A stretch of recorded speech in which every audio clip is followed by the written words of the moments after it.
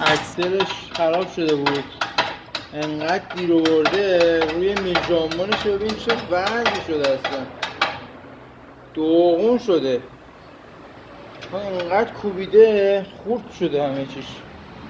بابا وقتی صدا میده زودتر بیارید دیگه، چرا میذارید اینجوری بشه آخه؟ کلا اکسل باز کردی اصلا پشتش خیلی بد داغون شده، له شده. اینم وضع بازوی اکسل، کلا تخریب شده اینجاست.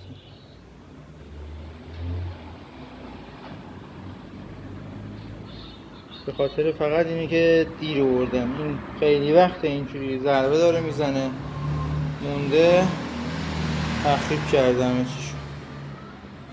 آقا یه نکته هم میخواستم بهتون بگم درباره این فنرهای اکسل عقب پژو. اونایی که میخوان بارش مثلا شدید بزنن یا فنر رو تکسوز بعدشن دوگانه کردن ماشینو، فنر رو بردارن عوض کنن دوگانه کنن، یا اونایی که شوتی هن میخوان قوی بشه پشتش بیاد بالا قشنگ، باید این فنرهای دوگانه بگیرن. اینا خیلی قوی تره، بندازن مشکلشون حل میشه.